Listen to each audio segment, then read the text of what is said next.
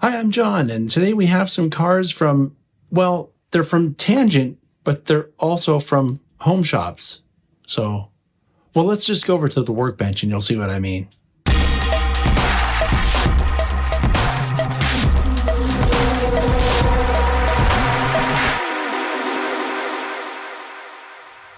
All right, so here's what we're looking at today. These are Pullman Standard 40-foot mini high cube boxcars. Now, these models are made by Tangent Scale Models, and then they've been customized by home shops. So these are limited edition designs by home shops. So we have 3 different road names here, and all of these are freelanced road names. And we're going to take a close look at all 3. And just while we're at it, I might as well let you know that these go for $52.95 from home shops directly. So if you go to homeshops.net, you'll find that they have a whole bunch of different road names for these mini cubes, and they also have a bunch of different models, including one of our favorites here, which is the Class 1 Model Works depressed center flat car. He's done some freelance road names on those models as well. Something else worth mentioning about homeshops.net is that they have special deals where if you get higher quantities of these, they'll give you a discount on your order. That's pretty cool, especially if you're trying to put together a long train or a unit train of some sort. Your best bet would be to go to homeshops.net and see if they have what you're looking for there. These models have rotating bearing end caps, and they are all packaged with additional parts in case you lose the ones that it comes with. So the first one we're going to look at here is for the Phoenix Turnbow and Apache, the freelance model railroad of the Thunderbird Model Railroad Club in the Phoenix, Arizona area. And as I was saying before, these models are manufactured by Tangent Scale Models, which is one of the premier model companies when it comes to super detailed, accurate models. And what I'm talking about is things like separately applied ladders on the end, separately applied stirrups under the ladder. This looks like a separately applied tack board. If you look at the door and the associated detail around the track, it looks like it opens. It doesn't, but it looks like it should because it's so detailed and so well done. Because it's a custom print, we want to pay close attention to how good the quality of the print is. And it's also excellent. Oh, and did I mention that Tangent Scale Models are among the most highly detailed models out there? Well, look what I'm talking about. We have a separately applied brake wheel. This is a photo-etched crossover platform. All the ladder detail on this end also separately applied. Tack board separately applied. Look at the fineness of the uncoupling lever. This is top-notch stuff. And you'll notice that it has legible printing on the end, including the printing on the draft gearbox down here. That's pretty cool. And it comes with Kadee couplers. There's nothing you need to do to this model other than maybe weather it. I wanted to show you the end detail from this side as well so that you can see it also has a train line air hose.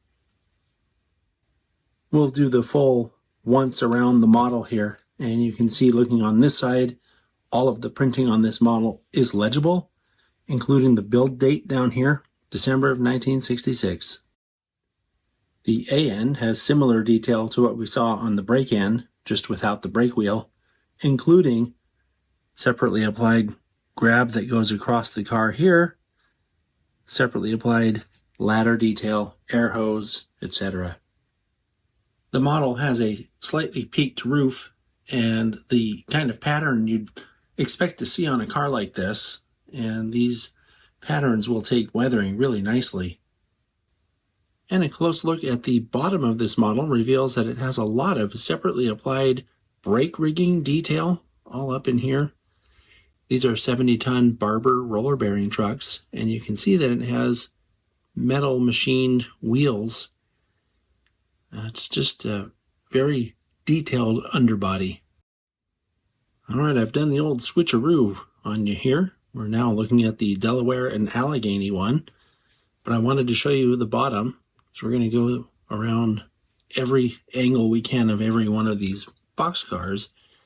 This also has the associated separately applied brake detail, 70-ton Barber trucks, etc. There's nothing really different to look at on the roof of this model, but I am being thorough with this. So here's a picture of the top. All right, so looking at the A end detail here, you can see that this model also has the separately applied ladders, tack board, air hose detail, uncoupling lever, and crossover platform. That grab that goes all the way across over here is also apparent. And one of the really cool things about this is that it has different printing in the corrugation here, different from the other one that we looked at a minute ago, and it looks great. Looking at the side of this model, you can see that the printing on this one also is perfect, including the D&A logo up on the upper right there, and it has the slogan, the Keystone Gateway. Something that I'm finding kind of cool about this experience is it's making me want to see these layouts now. So in case I wasn't really clear before, these are fictitious railroads that these are decorated for, but they're done on really detailed models. And I can just imagine how cool it would be, if you were the Delaware and Allegheny owner of the layout. Imagine getting these things and putting them on the layout. I think that's just like ultimately cool.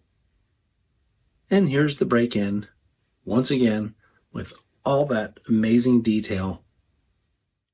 This D&A paint scheme comes from Joseph Zebrowski's Delaware and Allegheny. It's a freelance model railroad. And you might be able to find information about this one if you search Facebook. I tried and I wasn't able to find any, but it may depend on what groups you're part of. This paint scheme comes from John Bazoulian's Suffern Hoboken Interstate Transfer with the reporting marks SHIT 1984. You can see the logo over here, which is a pretty nice logo actually. This is one that Chris told me was really popular. These cars sold out within a week from the initial announcement.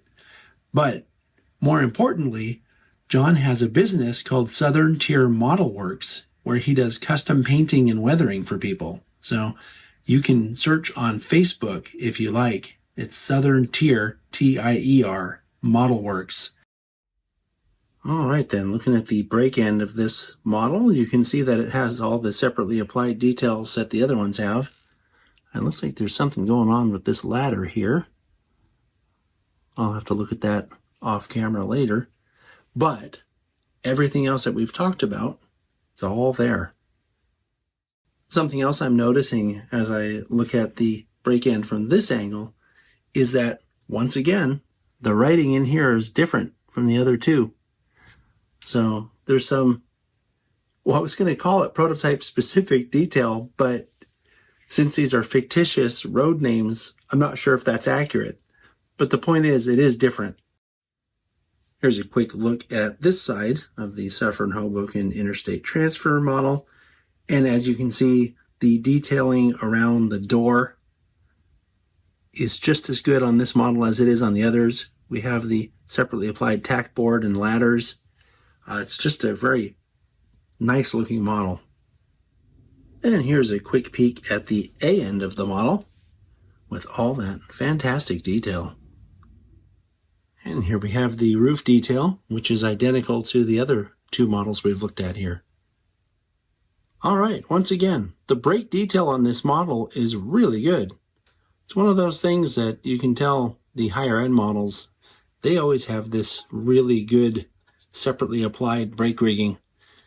And I just can't emphasize enough how excited I am that these come with Kadees installed. That's a big deal because one of the things that most people end up having to do with models like this is swap out the couplers. You don't have to do that here. I mentioned earlier about the rotating bearing end caps. You can see that they do, in fact, rotate. I think Chris from Home Shops has done a really smart thing, partnering with the high level model manufacturers here, because these are super detailed models. And because they're these fictitious names, they have very interesting backstories all on their own. So good job, Home Shops. I'm looking forward to seeing more in the future.